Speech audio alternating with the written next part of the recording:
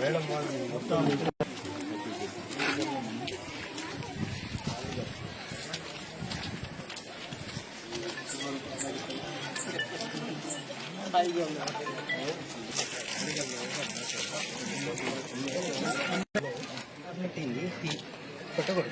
ప్రపంచ మానవాళి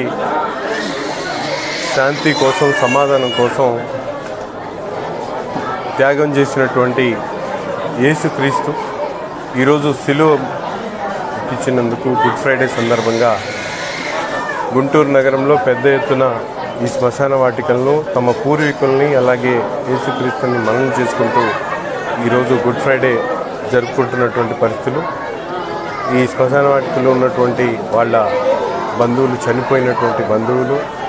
వాళ్ళ పెద్దవాళ్ళందరినీ కూడా ఈరోజు స్మరించుకుంటూ పెద్ద ఎత్తున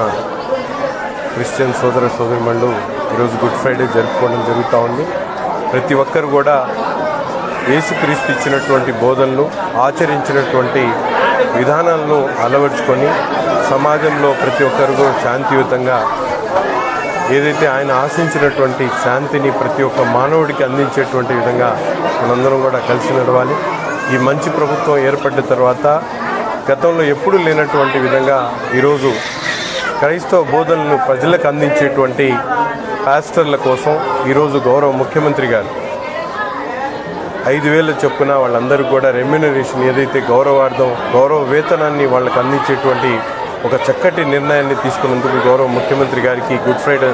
సందర్భంగా హృదయపూర్వకమైనటువంటి ధన్యవాదాలు తెలుపుతూ